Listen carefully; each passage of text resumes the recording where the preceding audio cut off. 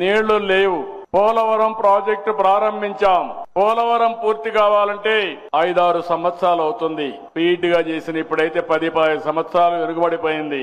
అప్పుడు నాకు ఆలోచన, కాలువలు ఉన్నాయి, నీళ్లు గోదావరిలో పోతున్నాయి, పట్టసీమ గాని లిఫ్ట్ ఇరిగేషన్ పెడితే ఆ నీళ్లన్నీ కాలువలో వేయగలిగితే ఇమ్మీడియట్ గా కృష్ణా ఆయకట్టుకు వస్తుంది.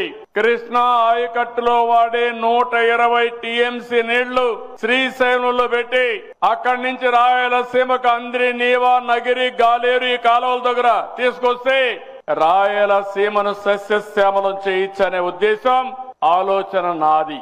నేను ఆ ప్రాజెక్ట్ ని ప్రారంభిస్తే అసెంబ్లీలో అడ్డుపడ్డారు, అజ్ఞానంగా ప్రవర్తించారు.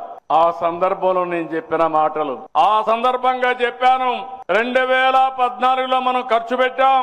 19లో ఉండుంటే 80% కుప్పం పనులన్నీ పూర్తయినాయి. 20% పూర్తి చేయలేక మళ్ళీ 6 సంవత్సరాలైంది. ఈ రోజు 100 రోజుల కార్యక్రమం ఇచ్చాను.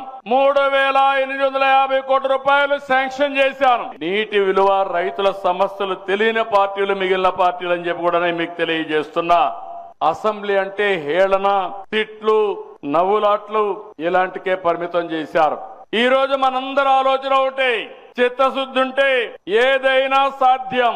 నీళ్లు అనేది జీవితం.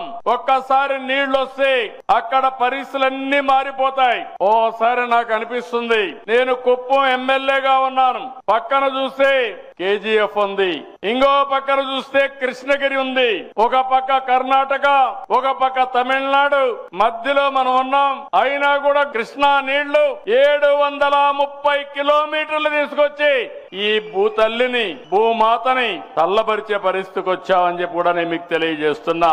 నేను చాలా మీటింగుల్లో చెప్పాను, రాయలసీమ రాళ్లసీమ కానీయను, రాయలసీమని రతనాల సీమగా చేసే బాధ్యత నాదని చాలా స్పష్టంగా హామీ ఇచ్చా. నేను అవన్నీ హామీ ఇస్తే నేను చాలా ప్రయత్నాలు కూడా చేశాను. మీరు ఆ విషయం కూడా గుర్తుపెట్టుకోవాల్సిన అవసరం ఉంది. ఈ రోజు ఈ ప్రాజెక్ట్ ఉంది.